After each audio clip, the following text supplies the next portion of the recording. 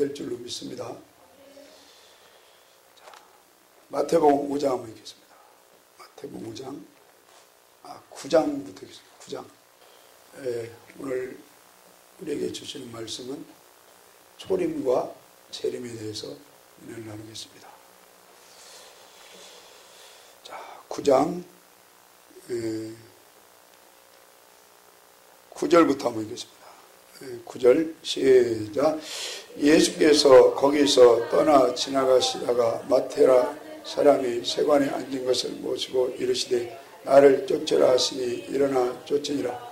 예수께서 마태의 집에서 앉아 음식을 잡수실 때 많은 세리와 죄인들이 와서 예수와 그 제자와 함께 앉았더니 바리새인들이 보고 그 제자들이 이르되 어찌하여 너희 선생은 세리와 죄인과 함께 잡수시느냐. 들으시고 건강한 자에게는 의원이 쓸데없고 병든 자라에게 쓸데있느니라. 너희는 가서 자, 내가 뭘 원하고요? 긍휼. 우리가 지금 노래 찬양 부른 것처럼 예수님은 긍휼을 원하신다 이렇게 말씀하세요. 쉬운 말로 잣대로 들이대서 정지하고 판단하고 그런 걸 원하시는 예수님이 여기서 아니고 긍휼을 베풀기를 원하시는 예수님이다 이렇게 말씀하시는 거예요. 저는 개인적으로 참 부족해요. 그래서 금방 그 복음성가를 부르면서도 긍휼을 베풀면서 살게 해주세요. 이런 마음으로 찬송을 불렀습니다. 자, 예수님이 처음 이 세상에 오신 걸 초림이라고 하는데 오셔서 공생의 3년을 사역을 하고 가셨어요. 근데 제가 볼 때는 어디에다가 초점을 두고 예수님이 공생의 3년을 초림을 오셔서 사역을 하셨냐? 긍휼에 초점을 두시지 않았을까 이런 생각을 하시죠. 여러 가지 예수님 활동을 많이 하셨는데 자, 오늘 예수님은 제사를 원치 않고 뭘 원하신다고요? 긍휼을 베풀으면서 살기를 원합니다. 예수님은 긍휼을 원하신다. 긍휼을. 자, 13절 다시 한번 읽읍시다. 13절 시작. 너희는 가서 내가 긍휼을 원하고 제사를 원치 아니오라 하신 듯이 무엇이니 배우라. 내가 의인을 부르러 온 것이 아니요 죄인을 부르러 왔노라 하시니라. 그래서 이 세상에 의인만 100% 있다면 예수님이 올 필요가 없었죠. 이 세상에 100% 건강한 사람만 있다면 예수님 올 필요가 없었죠. 이 세상에 문제없는 사람이 100% 산다면 예수님이 2000년 전에 이 세상에 오실 필요가 절대 없었다 이 말입니다.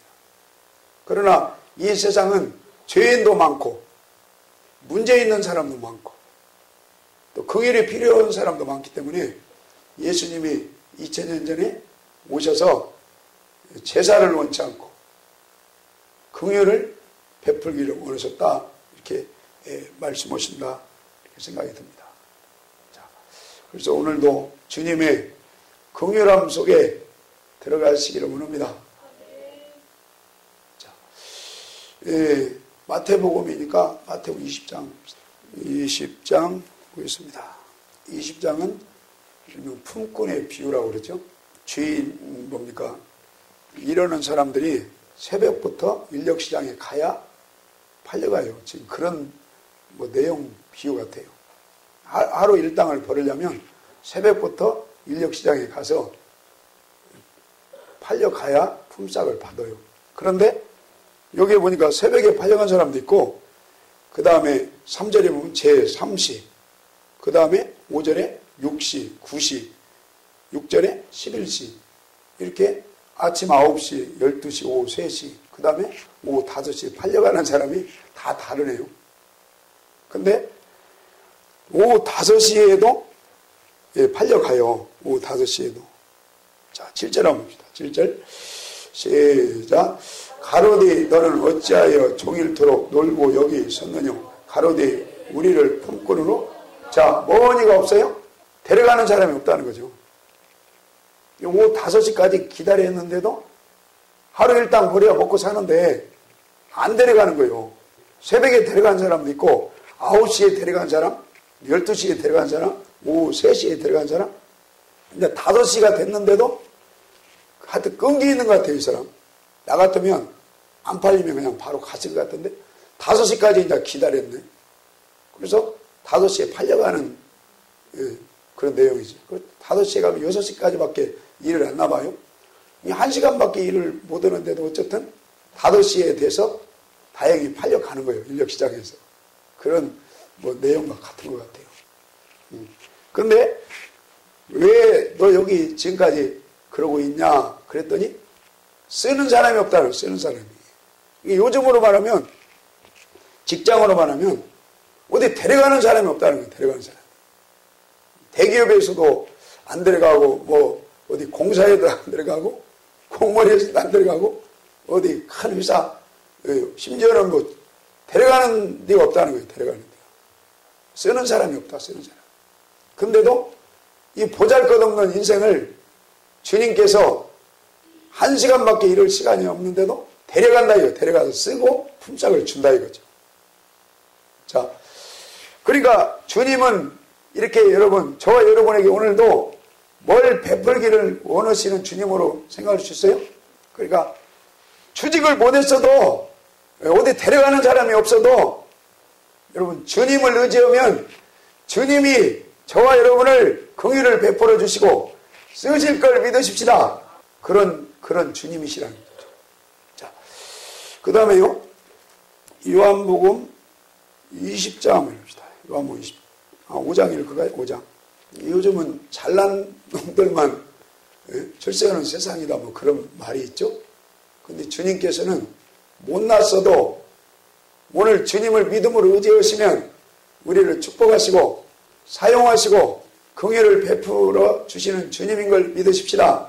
요한복음 5장 읽겠습니다. 5장 베데스다 연못이죠. 2절 베데스다 연못이 나오고 그 연못에 가장 먼저 들어가는 사람은 고침받아요. 지금 그런 내용이죠. 4절 한번 4절 시작. 이는 천사가 가끔 못에 내려와 물을 동하게 하는데 동한 후에 자 어떻게 들어가는 자가요? 1등으로 들어가는 자 먼저 들어가는 자는 어떤 병에 걸렸든지 낫게 되미로라.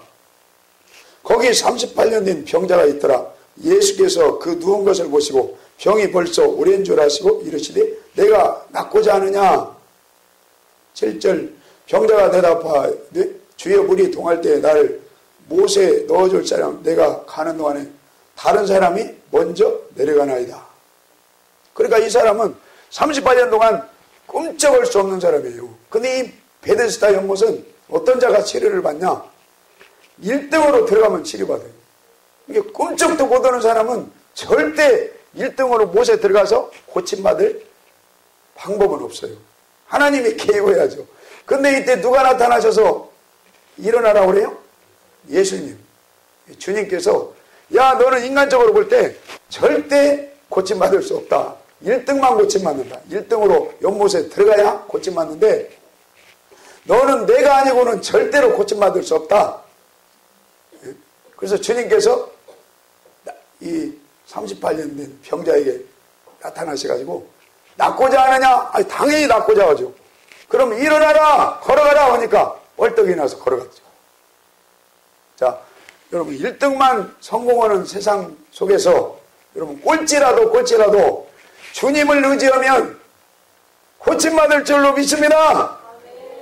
14절 읽겠습니다. 14절 시작. 그 후에 예수께서 성전에서 그 사람을 만나 이르시되 보라 내가 나았으니 더 심한 것이 생기지 않도록. 자, 뭘 범치 말라요? 그러니까 38년 고생한 원인이 지금 어디에 있다고 볼 수도 있어요? 죄라는 얘기죠. 그러니까 아까 예수님은 의인을 위해서 오신 것이 아니라 누구를 위해서 오셨다고요? 죄. 그러니까 우리가 허물이 있고 부족해도 여러분 주님은 죄인을 위해서 허물을 있는 자를 위해서 오셨기 때문에 주님을 의지하시면 될 줄로 믿습니다.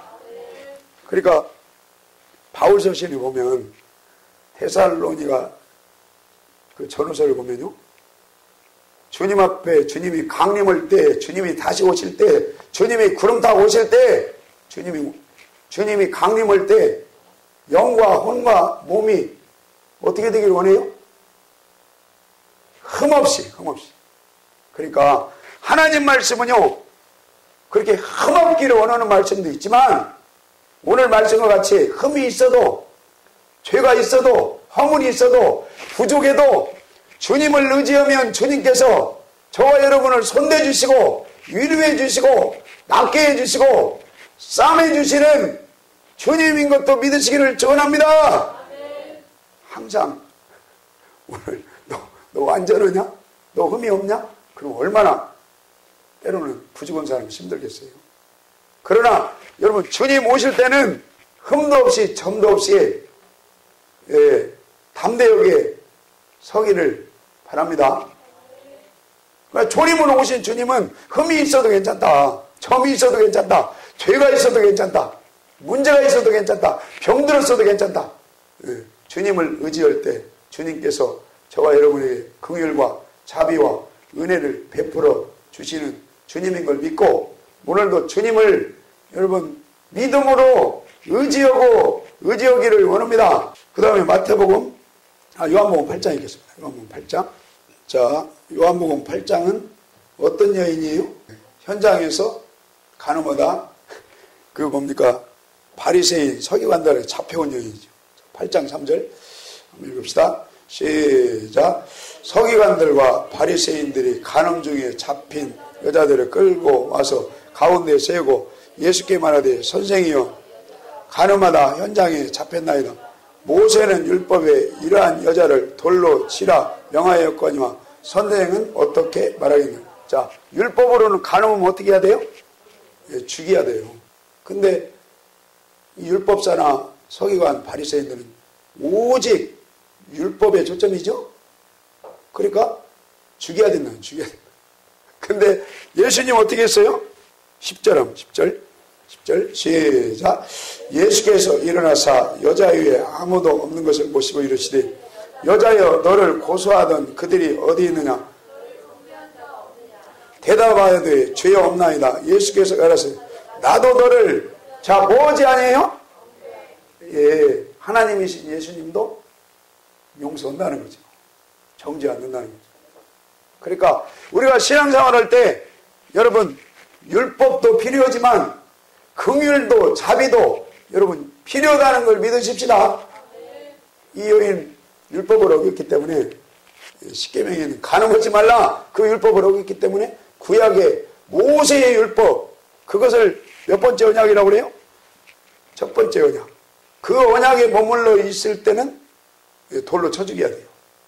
그러나 여러분, 초등학문 수준을 벗어나서 주님의 여러분 긍휼의 복음, 긍휼의 말씀도 의지하기를 원합니다. 그러니까 주님은 돌로 쳐 죽이지 않고 긍휼을 베풀잖아요. 자비를 베풀고 절대 정죄하지 않고. 그러나 다시는 뭘 짓지 말라요? 자, 11절 시작. 대답하되 죄 없나이다. 예수께서 가라사대, 정죄하지 아니하는 가서 다시는 죄를 범치 말라 하시니라. 그래서 여러분, 예수님을 닮아가시기를 원합니다. 예수님은 이렇게 긍휼을 베푸시는 거예요. 자비를 베푸시고 용서해 주시고 덮어주시고 이해해 주시고, 그런 예수님, 초림으로 오신 예수님의 사역을 본받기를 원합니다. 자, 마태복음 5장 한번 읽겠습니다. 마태복음 5장 읽겠습니다. 5장 7절 시작. 긍휼히 여기는 자는 복이 있나니 저희가 긍휼히 여김을 받을 것이며. 자, 야고보서 한번 봅시다. 야고보서 2장 13절 읽읍시다. 13절 시작. 긍휼을 행하지 아니하는 자에게는 긍휼 없는 심판이 있으랴. 긍휼은 심판을 이기고. 아멘. 자, 긍휼을 베푸는 자는 심판을 이길 걸 믿습니다. 골로새서도 한번 읽읍시다. 골로새서 3장 한번 읽겠습니다. 3장. 자, 예수를 믿으면 여러분 새 사람이 되는데 옛사람은 벗어내 버려버리고 새 사람으로 살아야 되죠. 자, 새 사람의 옷이 여러 가지가 있지만, 자, 3장 12절, 시작. 그러므로 너희는 하나님의 택하신 거룩하고 사랑하신 자처럼 긍휼과 자비와 겸손과 온유와 오래 참음으로 옷 입고요? 예, 옷 입고. 그러니까 새 사람의 옷을 입은 사람은 긍휼의 삶을 살고 자비의 삶을 산다 이거죠. 자, 오늘도 주님의 긍휼을 쫓아서 긍휼과 자비의 옷을 입고 새 사람이 되어 가시기를 원합니다.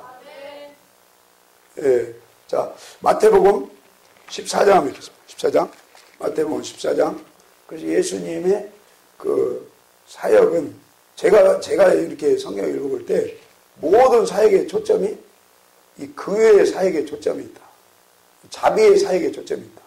그 다음에 초림으로 오셨을 때는 뭐 누구를 뭐 법을 어겼다고 잡아 죽이고 그런 예수님이 아니고 덮어주고 이해하고 용서하는 그런 예수님의 사역의 초점이 있다. 저는 그렇게 깨달은 거예요. 자, 마태복음 14장 14절 읽겠습니다. 14장 14절 읽겠습니다. 예, 시작. 예수께서 나오사 큰 무리를 보시고, 자, 어떻게 여겨요? 이게 긍휼히 여기는 거예요. 긍휼히. 예, 불쌍히 긍휼히 여기사 그 중에 있는 병인을 고쳐 주시니라. 예수님은 문제 있는 병든 자, 배고픈 자, 예, 뭐 심지어는 나사로처럼 죽은 자, 답답한 자, 문제 속에 파묻혀 있는 자를 위해서 주님은 오셨는데 항상 주님의 사역은 여러분 긍휼히 여기는 긍휼 사역에 초점이 있었다는 거죠. 그래서 뭡니까? 여기에서 병자를 고치는데도 긍휼히 여기시고 병자를 고쳐주셨다 이렇게 보죠. 그 다음에요. 마가복음 9장 보겠습니다. 마가복음 9장 읽겠습니다. 시작. 귀신이 저를 죽이려고 물과 불에 자주 던졌나이다. 그러나 무엇을 하실 수 있거든 우리를 어떻게 여겨둘라고요? 예, 귀신 들린 아들을 지금 어떻게 귀신을 빼내야 하는데 방법이 없어요. 그래서 주님을 만나가지고 주님께 이 아버지가 어떻게 부탁을 하냐? 주님 불쌍히 여겨주세요. 그러니까 주님께서 불쌍히 여기시고 예, 고쳐주는 거예요. 누가복음 17장 보겠습니다. 누가복음 17장 13절 읽겠습니다. 12절부터요. 12절 시작. 한촌에 들어가시니 문둥병자 10명이 예수를 멀리 있어서 소리 높여 가르되 예수 선생님이여 우리를, 자, 어떻게 여겨달라고요? 긍휼히 여겨달라고 엎드려서 주님께 간절히 부탁드리니까 주님께서는 문둥병자 10명을 고쳐주신다 이거죠. 그 다음에 마가복음 8장, 마가복음 6장. 왜 자꾸 이렇게 말씀을 읽냐면요, 저부터 이런 말씀을 안 읽으면 주님은 어떻게 닮아가는 거지? 또 율법을 너무나 많이 알다 보면 율법으로 사람을 자꾸 판단해. 간음했네, 도적질했네, 미워했네, 11조 안 냈네, 봉사 안 했네, 그러면서 나도 모르게 판단하고 정지할 수도 있어요. 자, 주님을 닮으셔서 여러분 죄인을 용서하고 긍휼과 자비와 덮어주고 이해하고 용서하고 사랑하는 삶을 쫓아가기를 원합니다. 자, 마가복음 6장 34절 읽겠습니다. 시작. 예수께서 나오사 큰 무리를 모시고 그 목자 없는 양 같음을 인하여, 자, 어떻게 여겨요? 불쌍히 여기사 이에 여러 가지로 무엇이더라요? 가르치시더라. 하나님 그 생명의 말씀, 이 복음을 주님이 주시러 오셨는데 복음을 주실 때도 조건으로 주시는 게 아니죠. 그냥 불쌍히 여기는 거죠. 불쌍히. 병을 고칠 때도 불쌍히 여기시고, 먹을 것이 떨어졌을 때도 5병이요 7병이어도 보면 주님께서 불쌍히 여기셔요. 불쌍히. 또 뭡니까? 세례 요한의 그 어머니 아버지가 엘리사벳 사가랴 아닙니까? 하나님 아들 주세요. 그렇게 기도해요. 기도하는데 기도 응답이 돼요. 근데 나중에 누가복음 1장 50절인가 보면 그 친족들이 뭐라고 고백을 하냐? 야, 주님께서 너를 불쌍히 여기셔서 긍휼히 여기셔서 아들을 주셨다 이렇게 고백을 해요. 여러분, 우리는 이 세상을 살면서 믿음 생활하면서 아플 수도 있고 먹을 것이 떨어질 수도 있고 문제가 있을 수도 있고 힘들 수도 있고 여러분 때로는 살 소망이 끊어질 때가 있지만 우리의 구원자 되시고 메시아 되시는 문제 해결자 되시는 주님은 오늘도 성령으로 말씀으로 와 계신 걸 믿으십시다. 그래서 주님을 의지하면서 주님 저를 불쌍히 여겨주세요. 긍휼히 여겨주세요. 주님 저를 어루만져 주세요. 그런 심정으로 오늘 말씀에 나오는 이런 인물들처럼 주님께 엎드리셔서 주님은요 긍휼히 여기시는 주님인 걸 믿고 주님께 긍휼을 구하기를 축원합니다. 그럼 주님께서는 긍휼히 여겨주세요. 그러면 건강 주시고 긍휼히 여겨주세요. 그러면 먹을 것 주시고 긍휼히 여겨주세요. 그러면 귀신을 떠나게 해주시고 긍휼히 여겨주세요. 그러면 주님께서 우리를 분명히 어루만져 주시는 문제를 해결해 주시고 긍휼과 자비를 베풀어 주시는 주님인 걸 믿고 다시 한번 의지하기를 원합니다. 그래서 저는 개인적으로는요 조림으로 오신 주님이 너무 좋은 거 있죠. 조림으로 오신 주님은 뭐 세상 말로 묻지도 않고 따지지도 않고 그냥 죄인도 받아주시고 병든 자도 받아주시고 배고픈 자도 받아주시고 말씀이 없어서 유리 방황하는 자도 받아주시고 다 불쌍히 여기셔서 먹여주시고 입혀주시고 또 영의 양식 말씀을 주시고 치료해 주시고 귀신을 떠나게 해주시고 모든 문제를 해결하게 해주시는 여러분 주님인 걸 믿고 의지하기를 바랍니다. 어때요? 주님 오늘 여러분 마음속에 계십니까? 예, 주님은 오늘도 성령으로 오셔서 여러분 성전 삼고 마음속에 계신 것을 믿으십시다. 그래서 그분을 간절히 의지하였을 때 주님께 긍휼을 베풀기를 원하실 때 주님께서 우리와 함께 해주시고 위로해 주시고 힘 주시고 고쳐주시고 싸매해 주시는 주님인 것을 믿기를 축원합니다. 그 다음에요 계시로 읽겠습니다. 계시록 19장 11절 읽겠습니다. 시작. 또 내가 하늘이 열린 것을 보니 보라 백마 탄 자가 있었으니 그 이름은 충신과 진실이라.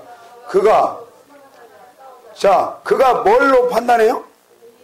공의로 심판하며 싸우더라.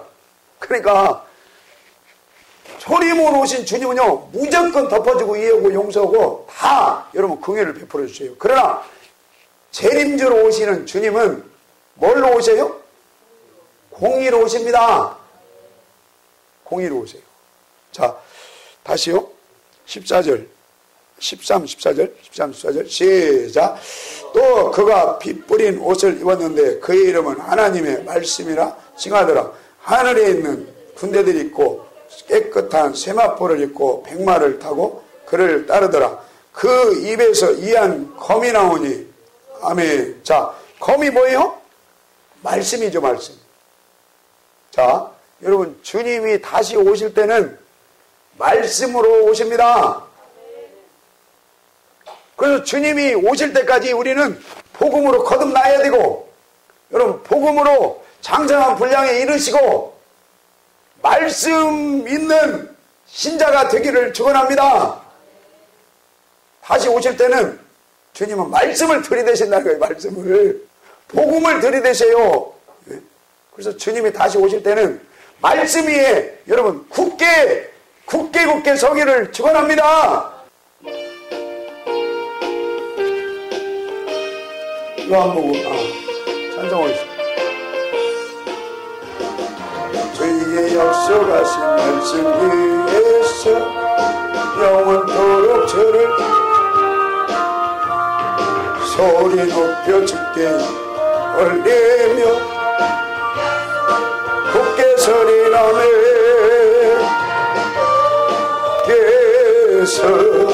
내 영원하신 말씀이 밖에서 그 말씀 위에 굳게 서리라. 주에게 약속하신 말씀 위에서 세상 염려 내게 음습할 때에 말씀으로 힘써 싸워 약속 믿고 굳게 서리 굳게 서 영원하신 말씀 위에 굳게 서 그 말씀 위에 굳게 서리라며.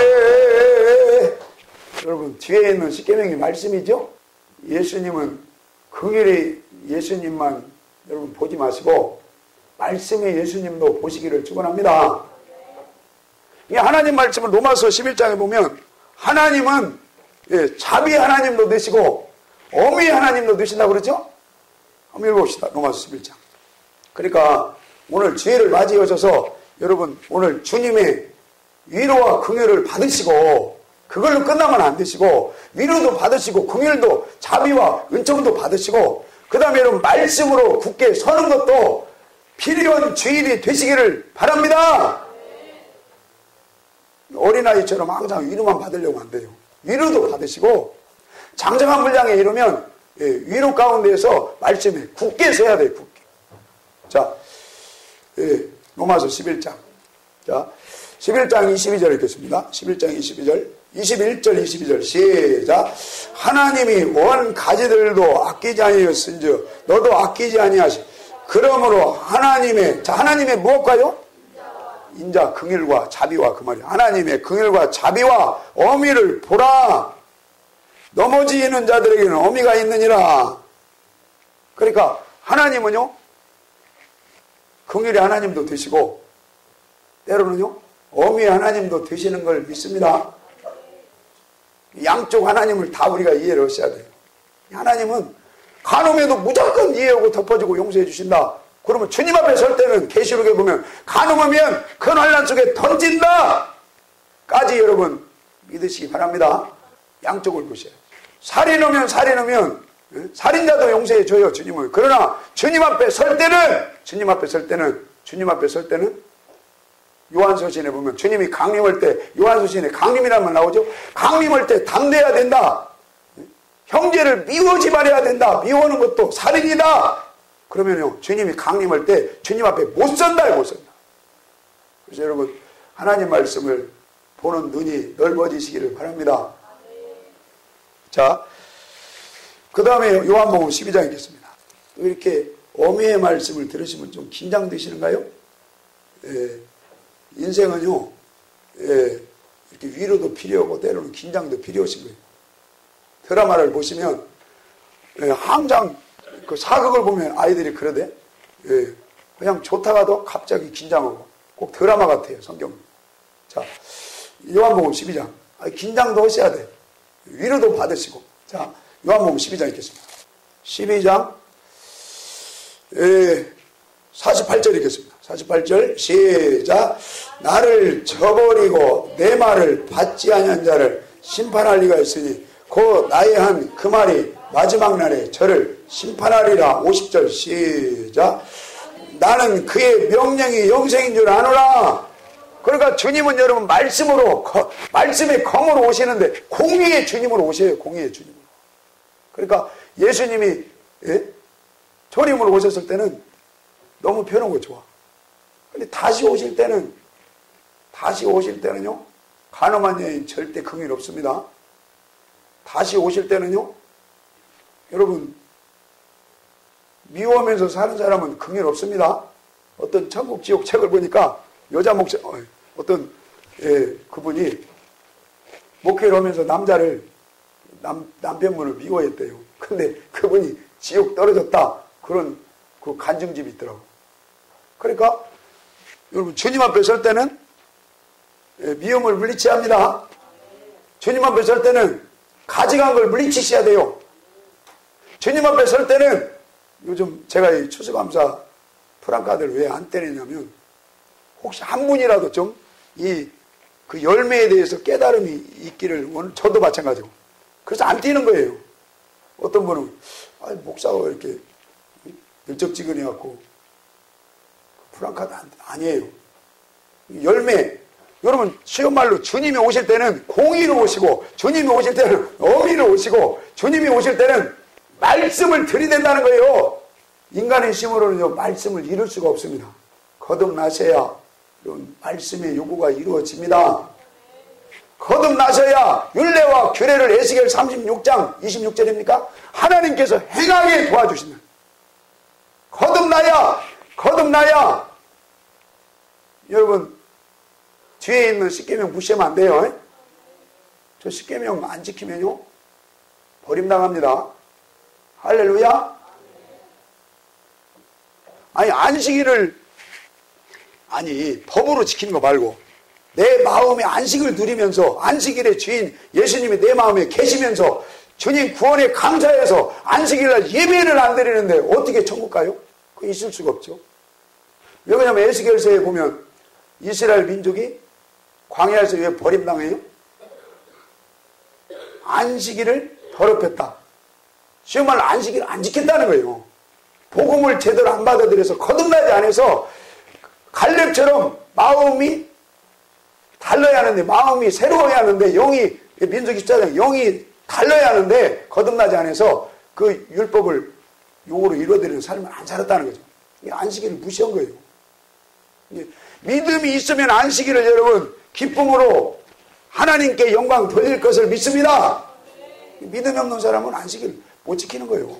그래서 주님이 다시 오실 때는 뒤에 돌판과 같은 여러분 말씀의 검으로 오시는 걸 믿으십시다. 자기 힘으로 말씀 이 뒤에 있는 돌판 지키는 거 말고요. 자기 힘으로 돌파는 그 말씀 못 지켜요. 거듭나서 내가 새로워지고 새 사람이 돼야 예배소서에 보면 제가 지금 그 말씀을 드리려고 했는데 주님은 열매를 거두러 꼭 오십니다. 농부가 열매 때문에 씨 뿌리죠.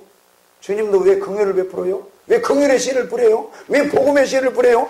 다시 오실 때 열매를 거두기 위해서 그래요.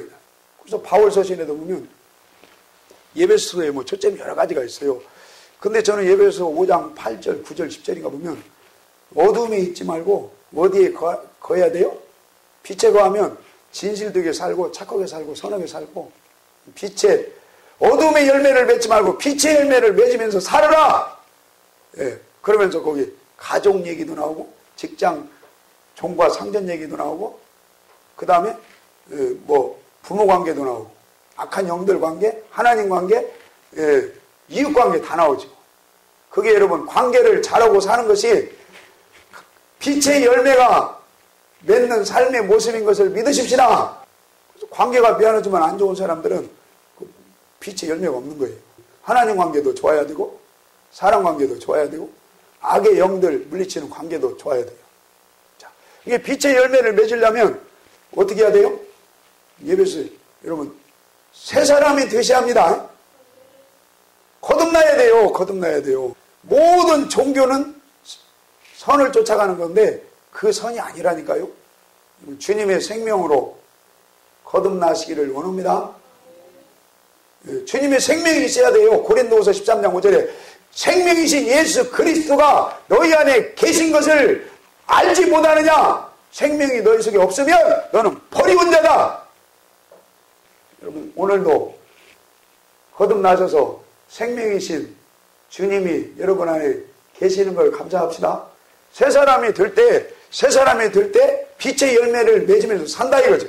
그 예배소 2장에서는 성령 안에서 성전이 될 때 여러분 구약의 성전이 중요하듯이 주님이 성전으로 오셨듯이 오늘 죽고 나서나 우리는 주님이 성령으로 오셔서 거하시는 성전을 잘 더럽히지 않고 성전을 세워가기를 바랍니다. 성전, 주님이 거하시는 성전으로 성전을 세워가면서 성전으로 된 삶을 살 때, 새 사람이 될 때, 속사람이 날로 새로워질 때, 여러분 빛된 열매를 맺으면서 가정에서도 화목하고 이웃관계도 화목하고 하나님 관계도 화목하고 여러분 관계가 좋아질 줄로 믿습니다. 베드로도 열매를 얘기하죠. 베드로도. 자, 베드로후서 한번 봅시다. 베드로후서. 이게 다 빛의 열매 이런 것들이 우리 삶이잖아요. 삶. 에스겔이 갑자기 생각나네요. 에스겔은 이스라엘이 망언 얘기도 있고 흥언 얘기도 있어요. 근데 에스겔 22장에 보면 왜 망하냐? 가증하기 때문에. 그럼 가증한 것을 어떻게 물리치냐? 인간의 힘으로는 가증한 삶을 물리칠 수가 없어요. 오직 여러분 거듭나셔서 성령으로 성령이 역사할 때 굳은 마음을 제하고 부드러운 마음을 주셔서 가증한 삶을 물리치는 삶을 살 줄로 믿습니다. 그래서 밤마다 기도하는 이유가 있는 거예요. 기도. 예, 구하고 찾고 두드리라. 좁은 문으로 들어가. 주님 안으로 들어가기 위해서 기도해라. 예, 구하고 찾고 두드리라. 왜요? 성령을 받기 위해서. 여러분 성령이 아니고는 우리가 거듭나기 어렵습니다. 성령이 아니고는 에스겔서 36장 26절에 굳은 마음이 제해지고 부드러운 마음이 돼서 율법을 요구를 이루어서 새 사람의 삶을 살 수가 없어요. 그래서 여러분 주님 오실 때까지 제발 기도하심으로 성령을 받으시고 기름 부으심이 기름 준비하면서 살기를 축원합니다. 그래서 마태복음 25장에 기름 준비가 안 된 사람은요, 저는 그래요. 혼인잔치 못 들어가요. 이게 겁이 없어, 겁이. 여러분, 겁먹으십시다. 겁먹으셔야 돼요. 송명희 시인인가? 그런 분들, 이렇게 뭔 내가, 내포던 걸 좀 봤어요. 봤는데, 믿거나 말거나예요. 성경에는 없지만, 서울에 국지적인 전쟁이 난다는 걸 예언하더라고요. 날 수도 있다. 그 다음에 666 있고, 주님이 오실 때 가까워진다. 이건 그냥 여러분 참고만 하세요. 그래서 저는 그걸 교훈으로 받아들여요. 교훈으로. 연평도에 뭡니까? 전쟁이 한번 났잖아요. 국지적으로. 서울도 그럴 수 있어요. 그러니까 그러면서 왜 그러냐? 하나님께서 오신다는 거예요. 하나님께서 왜 한국을 사랑하셔가지고 아모스 말씀처럼 왜 먹을 것을 안 주고 왜 코가 찌르는 냄새가 막 썩은 냄새가 나게 하냐? 하나님께 돌아오라고. 근데, 자, 여러분, 예배소 5장인가 보면 주님이 도적같이 오시는데 깨어있는 사람들은요, 주님이 도적같이 안 오십니다. 주님이 그날과 그 시는 얘기할 수 없지만, 주님도 모른다고 그랬죠? 그러나 주님 안에 계시는 누구는 아세요? 하나님은 아시는 거예요, 하나님은. 그러니까 여러분 예수님이 모르겠어요? 예수님 자신은 모르시지만 예수님 안에 계시는 성전 삼고 계시는 하나님은 아시는 거예요. 그래서 항상 여러분 시대를 분별하면서 사는 은혜를 주시라고 기도하십시다. 지금 영적으로 지금 시대 흐름이 어떻게 돌아가는가? 제가 왜 여기다 조림의 말씀도 있고 재림의 말씀, 조림으로 오시는 주님, 재림으로 오신 주님, 왜 이것을 오늘 이렇게 말씀을 나누겠어요? 이게 여러분 구약의 모든 선지자들도요, 솔로몬 같은 경우도 전도서에서 보면 그러죠. 해달별이 어둡기 전에 하나님을 경외하자. 그 해달별이 뭐예요? 계시록에 나오는 해달별.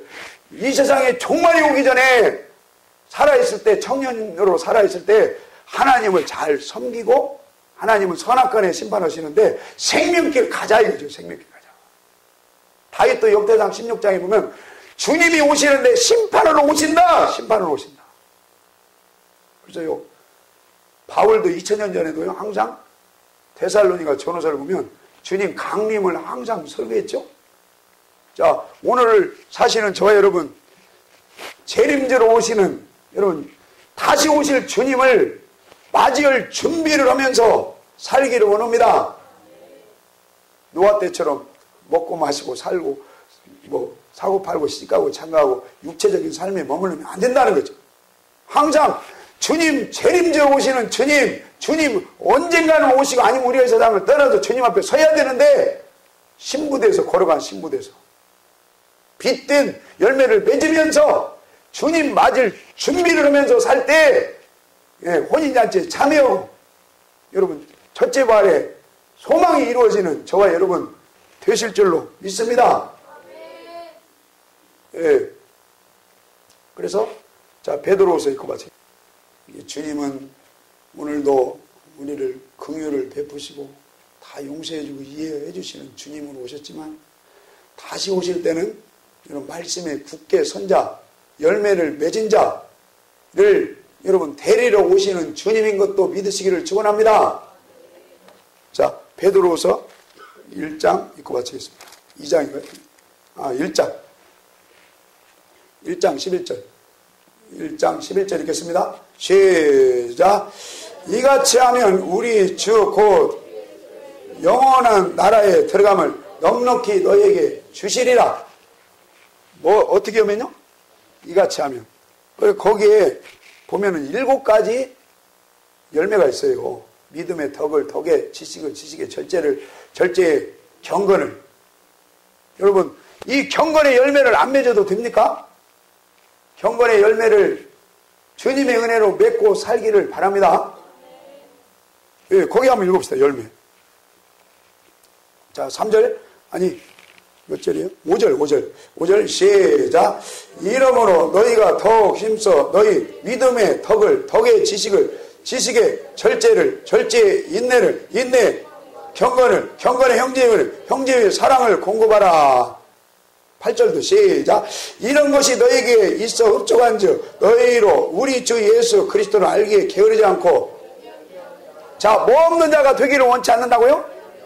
열매 없는 사람은 소경이라는 거예요. 자, 제가 볼 때 7개 열매 같아요. 근데 7개 중에서 3가지는 뭐의 열매하고 중첩이 돼요? 어디서 들어보지 않았어요? 절제, 인내, 사랑? 성령의 열매. 할렐루야. 그러니까 성령의 열매 없으면 안 돼요. 육체의 열매는 물리치시고 여러분 성령의 열매를 맺으면서 삽시다. 이 열매 없으면 안 돼요. 그래서 주님은 이런 열매를 맺는 자를 데리러 온다는 거예요. 마태복음 3장 우리 읽었죠? 7장, 13장. 예, 열매는 곳간에 들어가고 쪽정이는 꺼지지 않는 영원히 타는 불 속에 던져버린다. 그래서 여러분 내가 경건하려고 하지 마시고 그 앞에 있는 말씀처럼 신의 성품을 갖기를 원합니다. 거듭나셔서 새 언약이 성취돼서 주님의 생명과 주님의 마음을 품고 살면 이런 열매 7가지를 하나님께서는 맺게 해주겠다는 거예요.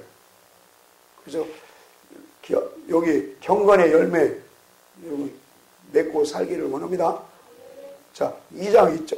2장 경건을 해도 되나 안 해도 한번 봅시다. 2장 5절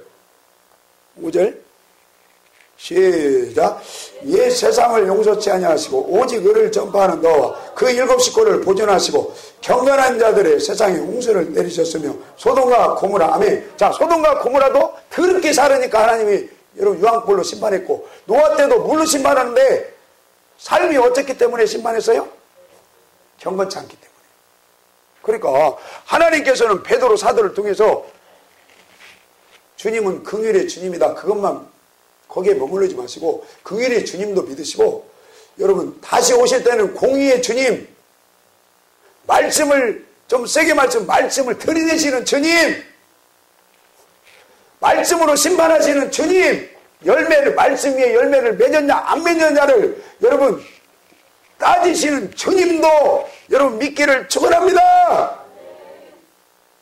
그래서 노아 때 경건의 열매를 맺지 않고 사는 자들은 창조 이후에 1656년 만에 싹 쓸어버렸어요. 그래서 누가복음 17장에 노아의 때와 같이 주님이 오실 때도 똑같다. 여러분 주님이 오실 때도 똑같다는 것을 믿으십시다. 똑같아요. 인간이 노아 때 인간, 지금 인간 똑같아요. 그때도 여러분 노아에게 복음을 줬고 지금도 우리에게 복음을 줬고 그때도 여러분 하나님께서 노아에게 율법과 같은 명령을 줬고 똑같아요. 자, 그거 3장만 읽고 마칩시다. 3장 11절 10절 11절 10절 9절부터 9절. 특별히 우리 학생들은 입술의 열매가 좀 더 잘 맺었으면 좋겠다는 생각이 들어요. 나는 뭐 댓글 같은 거 이렇게 한번 들어가 봤어요. 정치 얘기 댓글 봤더니 야, 댓글이 완전히 그 젊은 애들이 댓글 올리잖아요. 근데 요즘 대학교 안 나온 애들 거의 없죠? 그러면 대학물 먹었으면 저는요, 최소한 댓글 올리고 그러면, 그래도 표준말 쓰고 좀 이렇게 다듬어서 쓸 줄 알았더니, 와, 댓글 한번 읽어봤더니, 별 쌍욕을 다 써놔요, 쌍욕을. 그 대학교까지 나온 놈들이, 요즘 세상은요, 말이, 와, 무서운 말만 쓰는 세상이더라고요. 그러면 그 댓글도 하나의 말 아닙니까? 생각이 지금 얼마나 더럽게 살고 있는 세상이다. 그걸 나는 깨달아져요. 아니, 댓글에다가 뭐 시읒, 비읒, 뭐 이런 건 기본이고요. 뭐 대통령을 갖다가 뭐 그냥 무서운 막 말을 막 해요. 그래서 나는 그걸 보면서 가끔요, 심지어는요, 우리 교회 아이들도 이렇게 뭡니까, 비슷한 걸 내가 볼 때가 있어요. 나도 모르게. 그러면 내가 깜짝 놀라는 거예요. 네? 자, 여러분, 댓글이나 말이나 다 그 열매입니다, 열매. 마태복음 12장에 주님이 오실 때 말한 대로 갚아준다고 그랬죠? 거듭났어도 말 잘못하면요, 말 잘못하면 저는 그래요. 천년왕국 동안 허벌나게 고생해야 하지 않냐. 거듭나고 말의 열매를 주렁주렁 맺으면 주님이 강림할 때 바로 대리감을 당하고 첫째 부활과 천년왕국 왕노릇하고 영원토록 왕노릇하는 그런 은혜가 임하지 않겠느냐.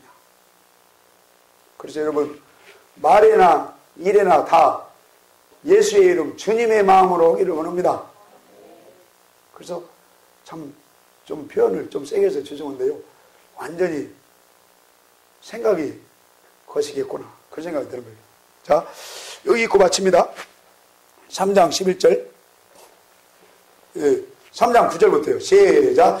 주의 약속은 어린이 더디다고 생각하는 같이 더딘 것이 아니라 오직 너희를 위하여 오래 참으사 아무도 멸망치 않고 다 회개하게 이르기를 원하시. 그러나 주의 날이 도적같이 오리. 그날에는 하늘이 큰 소리로 떠나가고 재질이 뜨거운 물에 풀어지고 땅과 그 중에 있는 모든 일이 드러나리라. 이 모든 것이 이렇게 풀어지 너희가 어떠한 사람이 되어야 마땅하뇨. 거룩한 행실과 뭐함으로요? 여러분, 경건치 안 해도 돼요? 경건한 열매 안 맺어도 돼요? 여러분, 주님이 오실 때는 꼭 열매를 요구하시는 것을 믿으십시다. 할렐루야! 아름다운 말의 열매 원해요. 삶의 행실의 열매 원하세요. 손으로도, 저 이권사님께서는 손으로 이러시다가 저 어깨가 빠지셨다는데 하늘에 다 쌓으시면 손의 열매를 하나님이 다 받으시는 걸 믿습니다. 예배소 말씀처럼 빛의 열매.